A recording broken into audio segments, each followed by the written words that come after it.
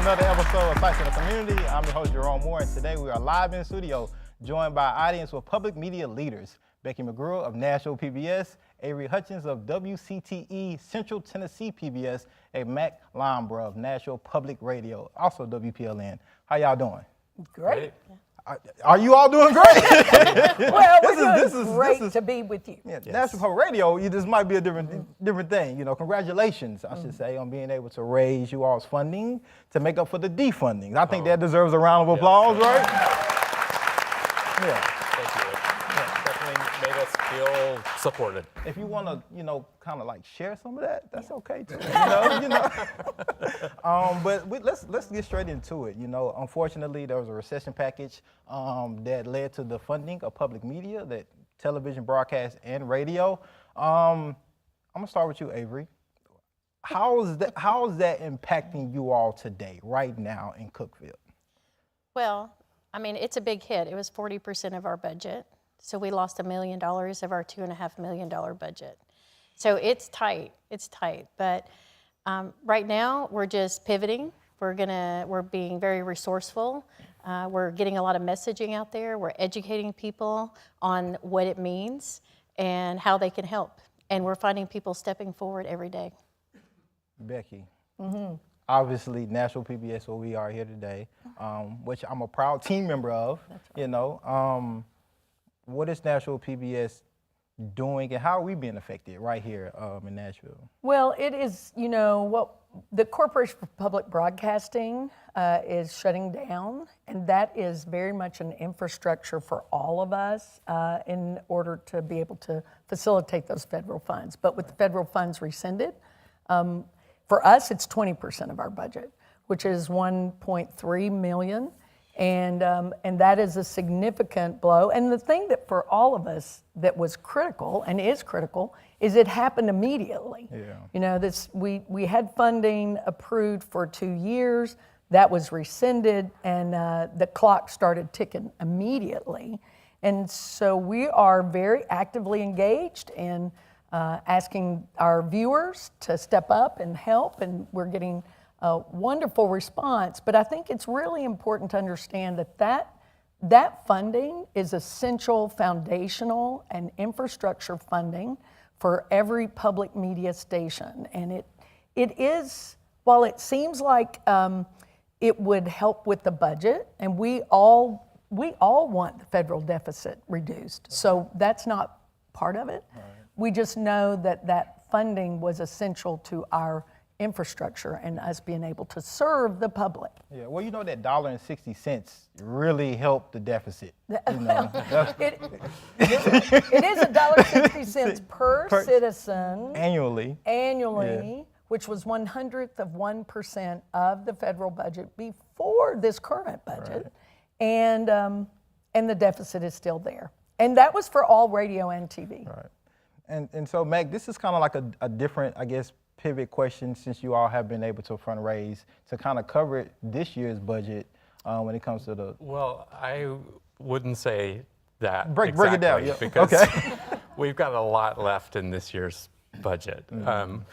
We do have, for us, it was about $400,000 was our annual appropriation from the CPB, and amazingly, we went on the air, and in 3 days, we heard from a lot of people, and we crossed the $400,000 mark after 3 days, which is our most successful fundraising campaign that we've ever had. Wow! And then, thank you. And even when we went off the air, it just sort of kept coming in, and like I said, we have a $7.5 million budget, and there is a lot of we'll have to raise for the rest of the year. But I feel like the takeaway for us is just that we know people want us to exist, and we feel their support. So it's put some wind in our sails, for sure. And so I'm coming back to you, Avery. Okay. Cookeville is a little smaller than Nashville. Yes. All right. Due to the funds are cut. The funds are gone, right? This is not maybe when it has happened. That's right. What type of programming, emergency services, educational engagement is now at risk for you all? Well, I mean, all of it's at risk because we have to be able to sustain ourselves in order to be able to provide those services. Right. And so immediately, I mean, we're in the mode of fundraising. We're trying to get people on board, and we're trying to increase our membership. We're trying to get sponsors so that we don't have to get to that point of having to cut. But we have cut back on some of our, like a members magazine. We've had to cut back on some little things. We've reduced some things that we do in the office just to be conservative in spending, so that when we do spend, it's for very meaningful things like content, education, engagement. But you know, we have about 6 months that we're going to be able to do this. And if we don't see a significant improvement or an increase or our ability to raise bigger dollars, it's going to get a little leaner after So that. the beginning of 2026. Yeah. It could literally be a new year. And we are the only television station in the Upper Cumberland. In a 75-mile radius of Cookeville, we are it. And there are dark holes in that area. They don't have cell service. They don't have fiber. They're not getting any other source of communication other than WCTE. And we have to stay on the air in order to serve those communities. Right, and I think like, especially Tennessee being around 80% rural, right? That's Yeah. who those community members is feel that impact immediately, especially those can't get the fiber, you can't get all of these kind of technological things we maybe get in the inner city. And so it's heartbreaking because it's like, who didn't benefit or who doesn't benefit, who doesn't gain from PBS in general, from education, from youth, from an educator teaching youth, or as an adult. The emergency alerts are so important. I mean, if you're isolated in a rural part of Tennessee and you need to know what the weather is going to be, or an Amber Alert, or where the tornado might be, you turn on your television. Well, if you turn it on and it's dark, like, where are you going to get your information? Right. And so when I think about our mission and the work we're there to do, it is to serve those people. I mean, it's to serve those children in those rural communities that don't have other ways of learning or school preparation. We are their pre-K. Right. And Becky knows this, but I mean, it is, I don't know how to really say how important it is. I mean, we are often those children's first classroom. They turn on the TV, we're a safe place for them to go, and they get the learning they need. So when they attend kindergarten, they are ready for school. Yeah. Becky, Nashville is a little bit different market than Cookeville, but also things are at risk. So what does that look like for a medium major market city? Well, I think we're all at risk because what we offer is not replicable. Right. You know, we're the public's media. I think that's the difference. And, you know, I worked in Cookeville. I'm so thrilled to be here in Nashville. And they are different markets, but we serve an urban area surrounded by a rural area that people need access. Right. What's different about public media is the universal access. You know, the $1.60 per citizen is public money, just like, I guess if you believe in public schools and public health and public highways, then you would believe in public media, because it means every person has access to free, over-the-air, online, on-the-ground media that reflects and represents them. Yeah. And that is different. That is different. And that's why that federal and state dollar really helps us be that interconnection that belongs to the public. Well, before I get to you, Mack, we have some special roll-in features for some of my other media leaders throughout Tennessee. And so I want to roll one of those from East Tennessee PBS. We'll hear that right now. I'm Vicki Lawson, CEO of East Tennessee PBS, a station that serves over 2 million Tennesseans. Federal funding represents 27% of our annual budget. Congress's decision to pull back this allocation is having a negative impact on our operations. East Tennessee PBS has already experienced a reduction of staff, loss of educational and safety services, and cuts to the programming you rely on and love. It's disappointing. And for a small station like ours, it's more than that. It's a real threat to the programs and services you count on every day. We need you to keep sharing why East Tennessee PBS matters to you. Your voice helps amplify our impact, and your dollars are more important now than ever. We are defunded, but not defeated.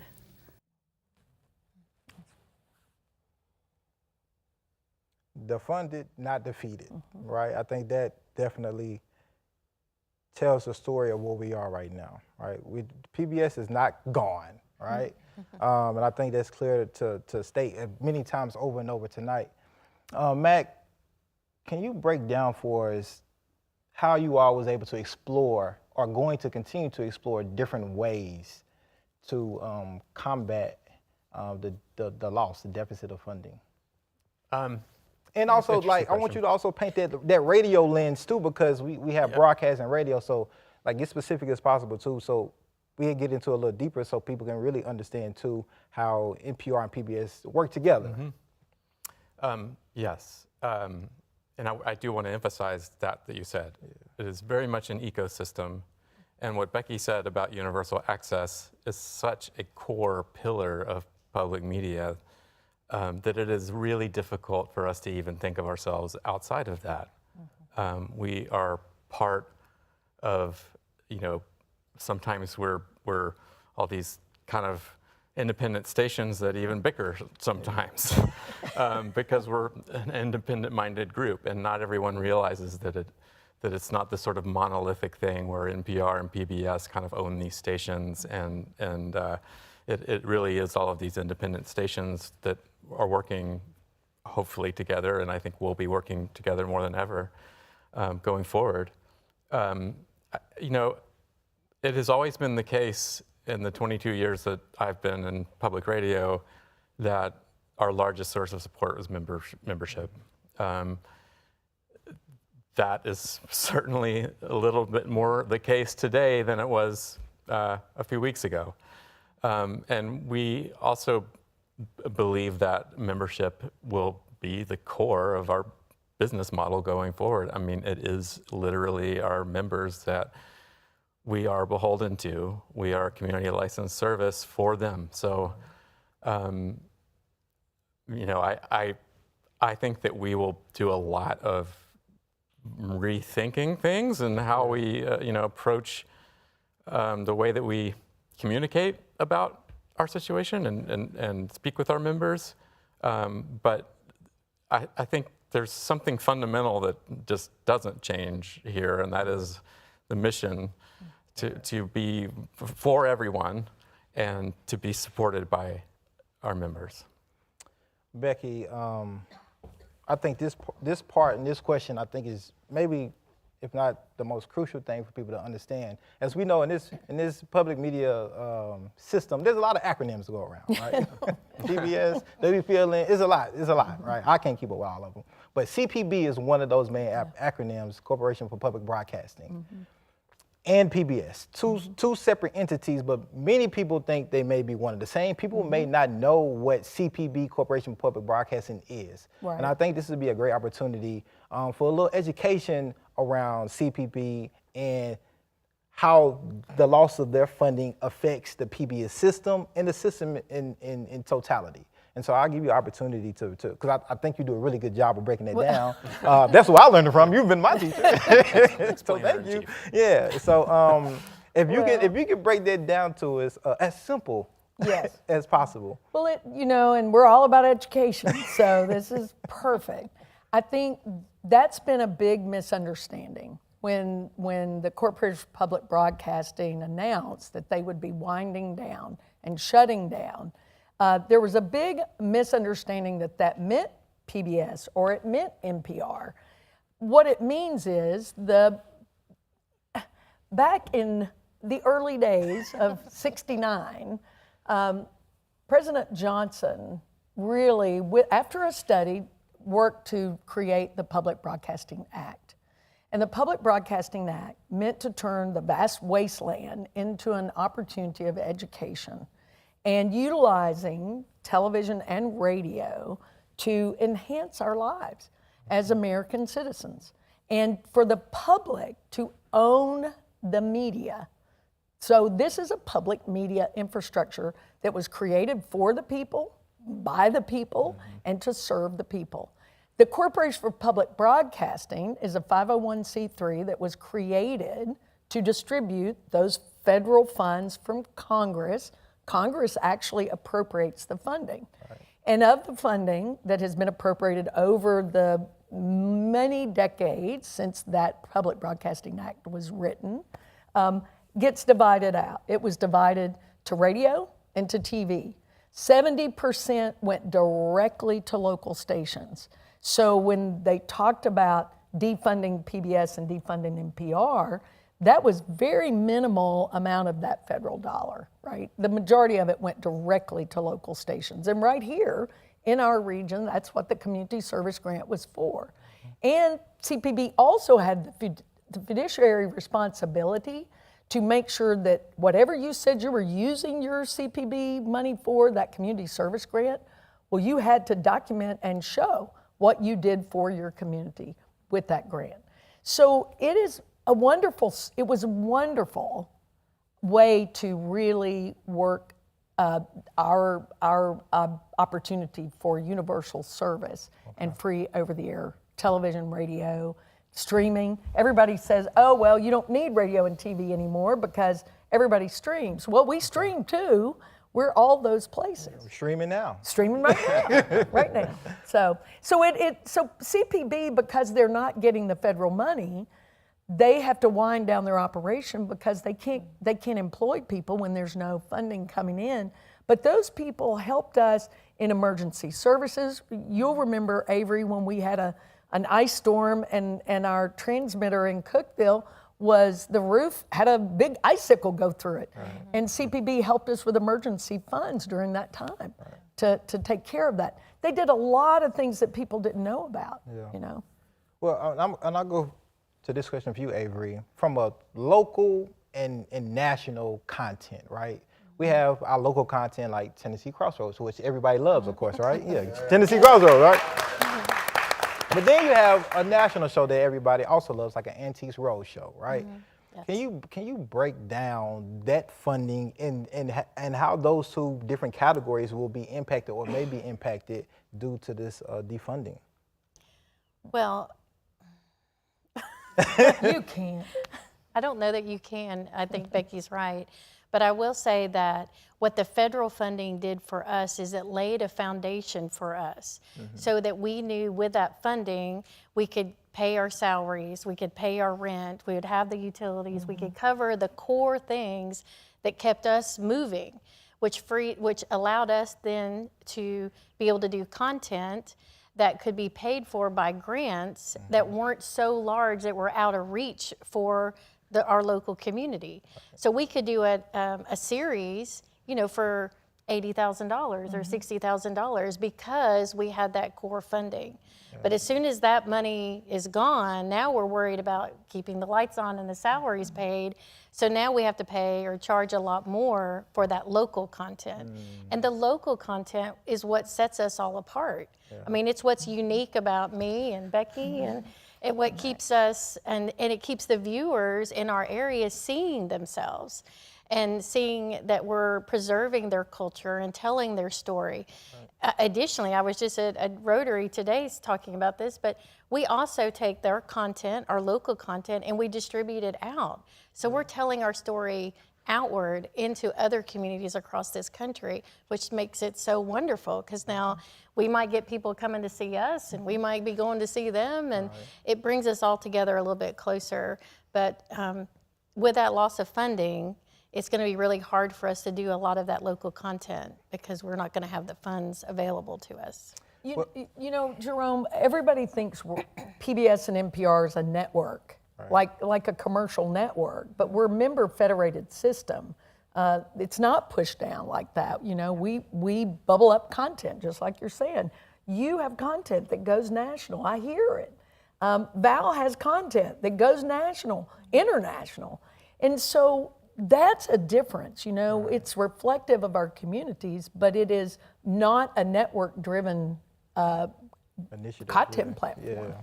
I want to go to some of our friends at WKNO Okay. that also has some things to say about being defunded but not defeated.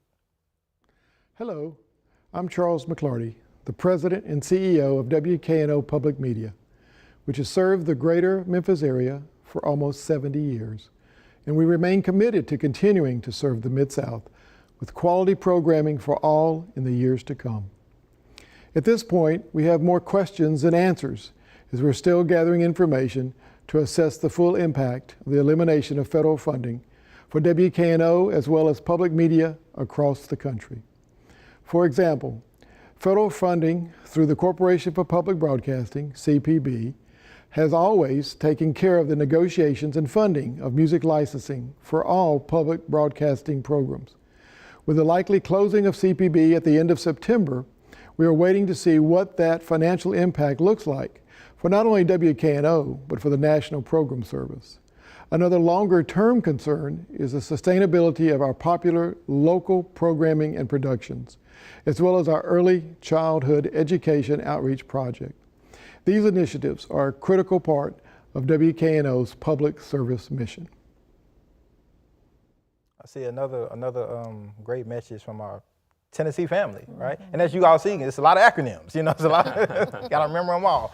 Mack, I feel like you was going to say something, right? So I want to give you the opportunity to go ahead. I just, this has really kind of gotten me thinking about the quality of the programming that you get from public media. And, I'm a Nashville native. I was kind of raised by PBS, Nashville PBS, WDCN Channel 8 at the time.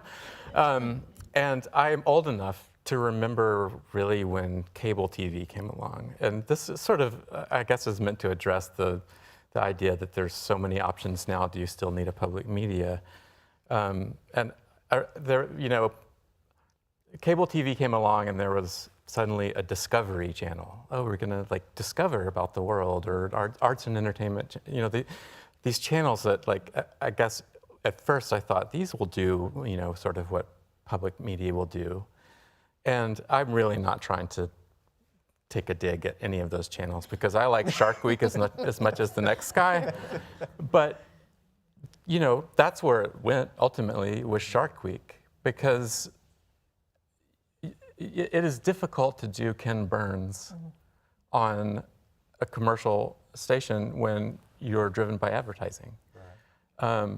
There is just something fundamental to our mission that being a nonprofit and being publicly funded in part, being a public-private, a public and private partnership, which I think is a very efficient one. We've managed to raise most of our money ourselves, but I think it enables us to do something that you just would make different decisions if you were just driven by commercial concerns, and I feel like that's a really important thing that we have to hold on to. Yeah. I'm curious, what have you all been hearing at Nashville Public Radio from your listeners about the defunding? I'm just curious, because you all was able to go on that 3-day fundraising and then still receive fundraising after that. I'm just curious of some of the messaging that you can share from those listeners. Well, it was, to be honest, it was an emotional experience to read them. I mean, when we would be, you can cry, Mack. It's okay. Tears there was are definitely appreciated. some crying going on in it is the a studio brave space for tears during our fund drive. We have an investigative reporter named Paige Flager, and she was on the air when we, with another reporter, Justin Barney, in the afternoon when we crossed the $400,000 mark and we reached the goal. And Paige was talking about a conversation that she'd had with her sister who had just been to see the new Superman movie, and was saying, when Superman was created, he was a journalist. A journalist was a hero in our society. And I feel like there have been moments where some of our journalists have felt a little bit under siege of late. Yeah. And I know that's happening across the whole spectrum of journalism. And what our audience gave us was just a very clear message that they value the work that we do. Yeah. And I feel like that meant a lot to all of us. Yeah. Yeah. Well, before. What is That's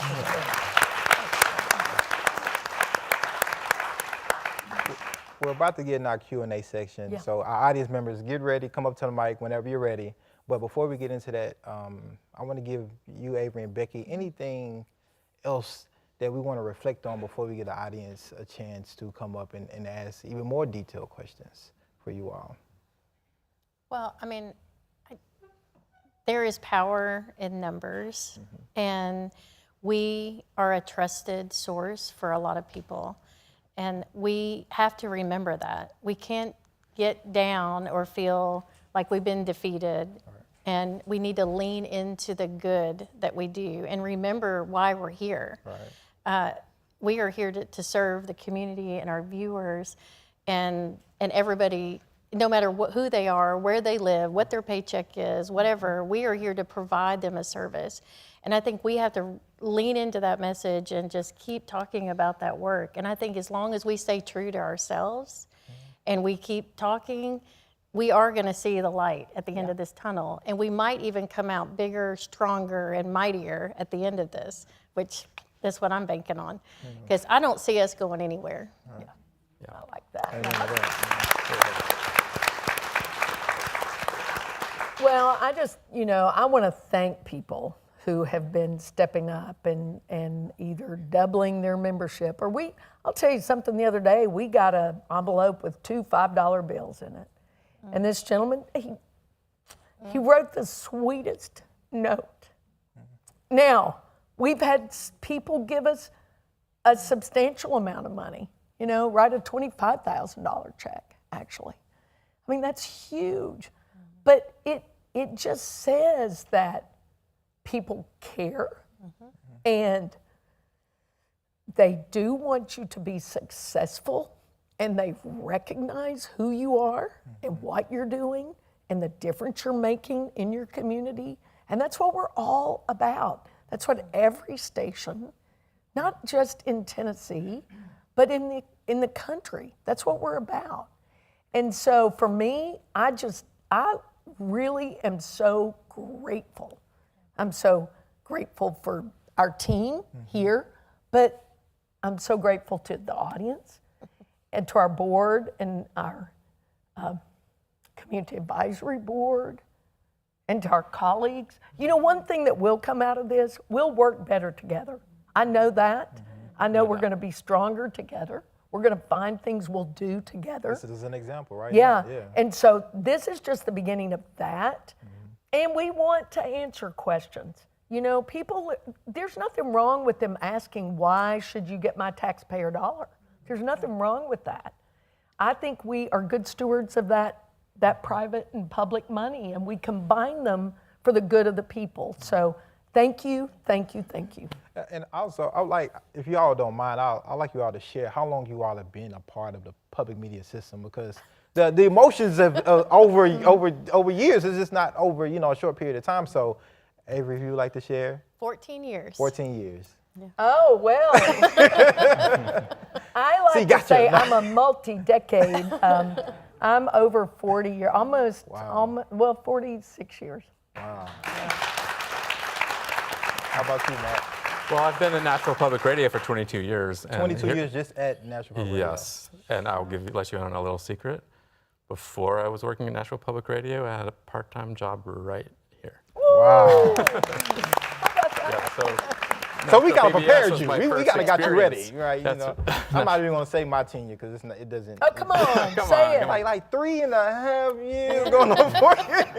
You're gonna be. I'm a PBS system baby, really. I'm That's like right, a rookie, though, right? yeah. You're the future. Yeah, You are the future. Yeah, I'm the future. Yeah. We all know that now.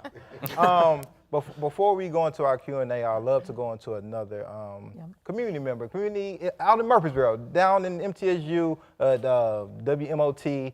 Let's hear from Val, who's actually here in the audience. I'm Val Hepner, Executive Director of WMOT 89.5 Roots Radio. With the elimination of federal funding for public media, WMOT is entering uncharted territory. The loss of support from the Corporation for Public Broadcasting means we're facing new costs for music licensing, emergency communications, and the infrastructure that keeps WMOT on the air. The largest impact is the cost of music licensing.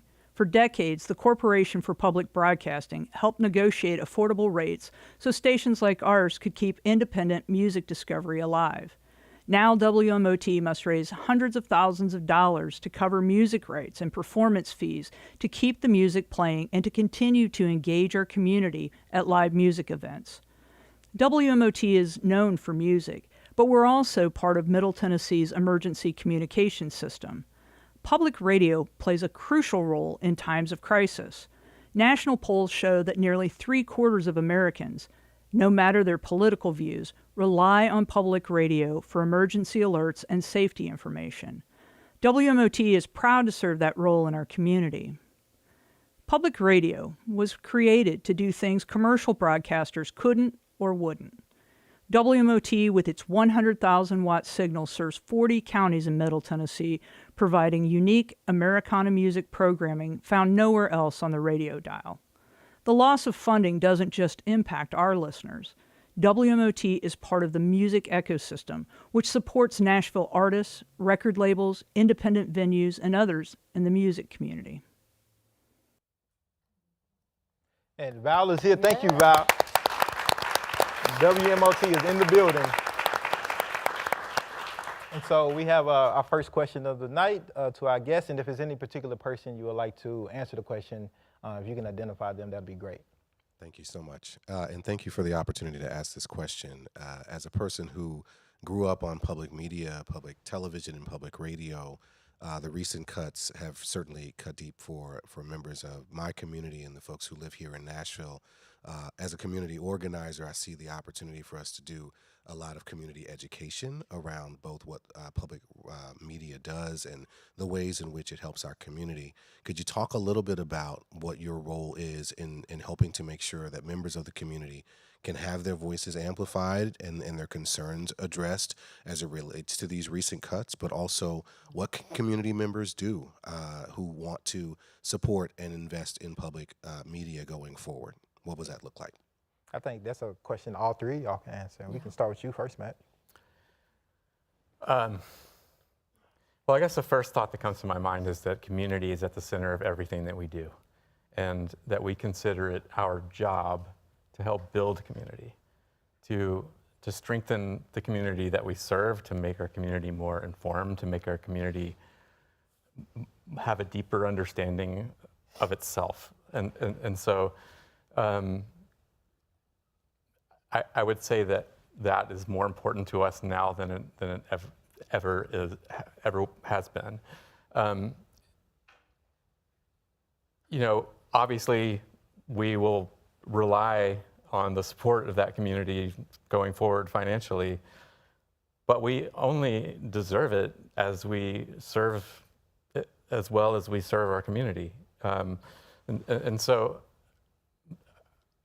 I think that you'll just see us putting our audience first, our listeners first, as we always do, and we'll really be doubling down on that. And then there's a lot of trust. Yeah, I would just say slice of the community is one of our investments for sure. Jerome's been doing this show 4 years now. Going on 4, yeah. Yes. Fourth season. Yeah. 4 seasons, Yeah. and this upcoming season, we want to expand it to be monthly and live so that we have an audience, and we want the community to come and be a part of that. But we're expanding so many of our local shows. We talked about Tennessee Crossroads, which Catch Secor is going to be the new host of that in this 39th season. Think about that, 39 seasons. And that airs across all of our PBS stations in the state, as does Volunteer Gardener. And Volunteer Gardener, again, beloved, multi-decade, the same number almost, isn't it, Greta? Isn't it? 34 seasons. So, we're going to continue being in community. I can't say enough about what we're doing in education. We have a space at the Junior Achievement BizTown, and we're in community each and every day at our 50 Forward and all across. Sam Anders is here and Rosemary Brutton. They are in community each and every day, making sure that all generations are served, not just the very young, but all the way up with our Aging Matters series and our Next Door Neighbors and Word on Words. So we're going to continue investing there, but this cut hurts. Just like Avery said, it hurts the infrastructure. It hurts us being connected. And, you know, we cover gavel-to-gavel coverage of the Tennessee legislature. Exactly. And those are important community services for people to see how laws are made. And we want to continue being together, but we need the community support as members, as volunteers. You know how they say time, talent, and treasure? That's what we need from y'all. Time, talent, and treasure. How about you, Avery? I echo everything that Becky is saying is television. I mean, we are here to give voice to the people, but I'll say that it's important for those people to be educated. And so by us educating them to ask the questions, to come forward, to be an advocate for what's important to them, I mean, that's what we're giving to them. We're giving them education so they can be strong. Right. And we use broadcasts, and we're in the community. We're doing, you know, family engagement workshops and so forth. But social media, I mean, it is what it is. I mean, it's everywhere, and we're engaging them in those spaces where they are, and it's. We need to get the young people involved too. I mean, when I say young, like the 20, 30-year-olds, I mean, we need them. They've got tremendous voice, and they are so behind us. I really was like, no, our audience is like, oh, no. Let me tell you, we've had some incredible testimonials from people saying, no, hands off my PBS. And they are very proud of that. And we need to use those voices. We need to count on, we can't do it alone. We need y'all. Hands off my PBS, I like that. Yeah, hands off. and I think to echo what Becky said too, is like this show in its entirety is not possible without community, right? I can't do this without y'all, right? You know, and so I think that's important to note, like when you have something that's centered solely around community and community shows up, that's powerful. Yeah. That's organizing. Yeah, absolutely. Right? And so, and organizing, when we talk about power and organizing, it's organized people and organized money. And so put it together, you get this, right? You get this. Right. I'm gonna go to our next question. I have a question as to whether this gives a new opportunity. I think of myself as a Nashvilleian, but I also think of myself as a Tennessean. So I care just as much about the young children in Nashville as I do in Cookeville and a whole series of other communities we could name. What opportunity is there for the PBS stations to collaborate and find ways to keep doing many of the things they're doing now and still operate? In other words, maybe the operation somehow changes the infrastructure, but the infrastructure is there to deliver. The question is it programming that you're going to miss without the dollars, or is it the actual distribution? Could you help us understand how that affects different size communities? That's a great question. That's a really great question. And I think, you know, it has been very intentional that the PBS and the NPR station systems across the country, stations have been placed intentionally in all size communities. There's 300 PBS stations, there's 1,500 radio stations across this country. And some radio stations, like in Alaska, are placed in areas where the population is next to nothing. But if they didn't have that station, they would be at great risk. And they are at great risk with the thought of possibly shutting down. Yeah. I know the reason that the Cookeville station was placed there was intentionally, just like in Martin, Tennessee, was very intentional that there would be no dark hole across this state for young children to be educated as their child's first preschool. And so we've been, you know, WPLN was stood up by the public library. Mm-hmm. Nashville PBS stood up by Metro Schools. WCTE created by the State Department of Education. So your question is great. And in today's technology, can we build on shared systems, shared back-end operations? Very possibly. We're exploring how to do that. We want to be efficient with all dollars. we're publicly funded no matter how you play it. And so what we want to do is make the best use of that and then continue to be able to serve in person and with content, as well as the kind of content you expect, right, from radio and TV together. So we're going to explore that. We don't have all the answers yet, I don't think, right? I don't think so. Avery's got one. I've got them all. No, I'm just kidding. You know, we hear in the system, and we are gonna have to pivot. We know that. We know that this is our opportunity to adapt and change and get stronger, or we're not gonna survive. And there may be stations in this country that aren't gonna make it. And we know that. We know people at stations. And there might be mergers, there might be, you know, some joint master controls, there might be shared resources, and that's okay, because we're still gonna be in our communities, and that's the most important part, is that we're there serving those people, giving them the signal and the broadcast and the storytelling that we offer them, so. And we're still gonna be PBS and NPR and public radio and your stations. Yeah. Mack, did you have anything to add to that, or? Well, I'm curious if we'll see some partnerships start to emerge across states and regions. I mean, we were already, before this happened, we started participating in a regional newsroom called the Appalachian Mid-South Newsroom, where we are partnered with other stations in Tennessee, Kentucky, and West Virginia to kind of pool resources for regional reporting. And I kind of wonder if you'll see kind of groups like that start to sort of grow in strength and sort of take on more responsibilities with each other.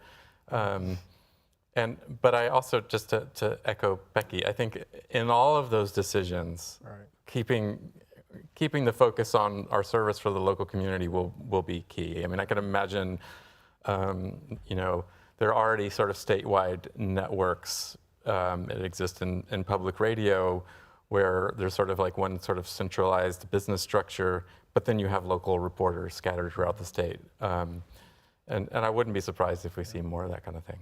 I'll add to you that we're also looking at partners within our communities.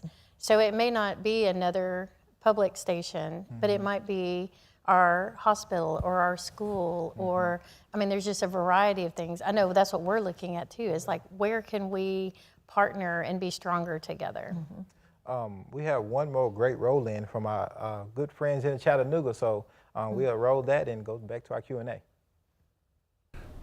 I'm Bob Colkeen, President and CEO of WTCI PBS. These funds were approved and appropriated by Congress until the recession. This created an immediate funding shortage for the system and stations.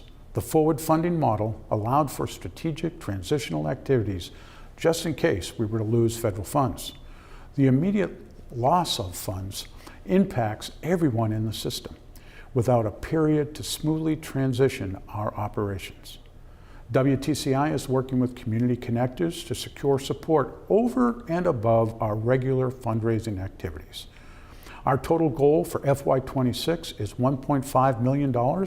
Without these funds, our local programs, educational engagement activities, and station community events will be reduced or eliminated. PBS is successful and trusted because of the quality and depth of our national programs and the commitment from 330 plus PBS member stations to serve communities across America. The Tennessee stations are focused on serving everyone in our state, and with your support, you will help us live our mission. So if anybody got $1.5 million just laying around, you know, let us know. We'll put it to good use. Yeah, we can put it to good use. Let's go Or back two to our $5 Q&A. bills. Yeah, our two $5 bills. Hi, I'm Michael Morgan, and I'm from Nashville, Tennessee. And I guess my question is, our audience here tonight and your viewers, we obviously know what's going on, okay? But there's a lot of folks out there that do not know what's going on. You've already said you needed our help. What I'm asking for is help us to tell people, what are we supposed to say? How are we supposed to help you? I mean, we're willing to help, but other than just in a conversation, are there other ways for us to reach out to the community and let other people know, oh, I didn't know, a lot of people would probably say they didn't know that you'd lost your funding, So how do we get that out there?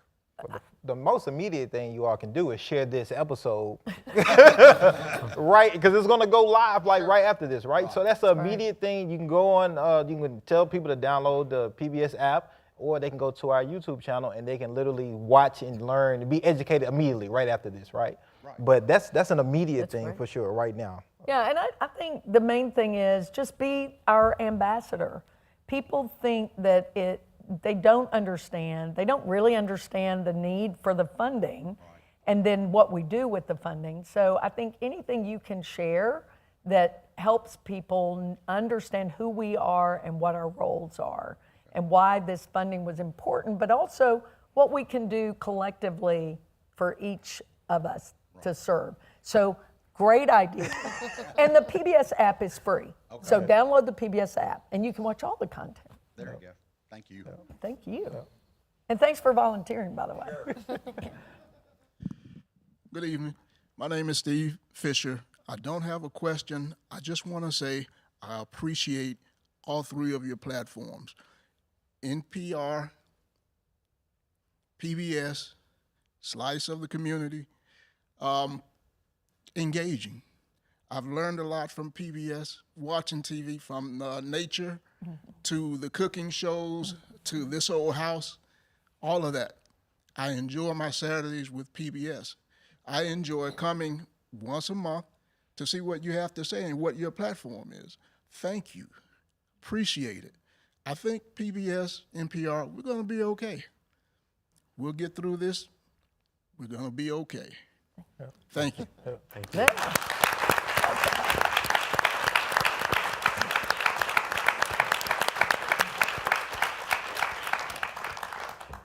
Marcus, Nashville native. As someone who grew up being educated by PBS and was always in a household where it was on, it was obviously an educational tool for me, and I now work in education, so it's still very important to me in that way. But as an adult and given the current media landscape and a lot of national headlines with things like merger and HBO Max, I think, has changed their name for the 17th time. Can you speak a little bit towards journalistic independence and what that kind of means for public media and how important that is and unique to public media that is? I think the editorial decisions y'all get to make because you're a public program, whether it be radio or television, and kind of the editorial process that creates shows like A Slice of the Community. It makes people like the wonderful Jerome get to have some screen time on PBS. Because I do think that's an important part to highlight, is that the public media and the journalistic independence that's afforded to it is something that is affected by the defunding. Thanks. Well, from my understanding, now that we don't get the money, we can talk about it and say whatever we want to, Now, Jerome. You're still responsible for the public. Yeah. But now go ahead, Mac. Well, I guess I feel like I'd like to say something about that, because I think that NPR's news service has been a target of a lot of criticism. And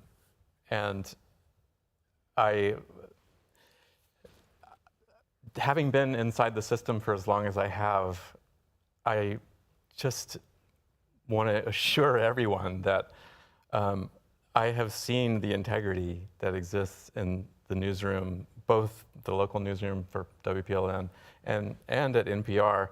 I was at an NPR fly-in meeting this spring, and this was all being discussed. They hear the criticism, and there's definitely self-reflection. There's always self-reflection. Had sort of gone through a process where they had added a new layer of editorial oversight to the newsroom to sort of make sure that they were being fair, fact-based, unbiased. I think that bias is very often in the eye of the beholder, and oftentimes when I hear that, I kind of want to say, can you point me to it exactly? Where exactly did you hear the bias? And sometimes that becomes a really difficult thing to say. But it is one of our highest values, editorial independence in our reporting. Yeah, I think we adhere to the PBS editorial standards. You know, we are very strict about editorial integrity and making sure that, you know, funders are not influencing the content. Key stakeholders even aren't influencing the content, that we're independent.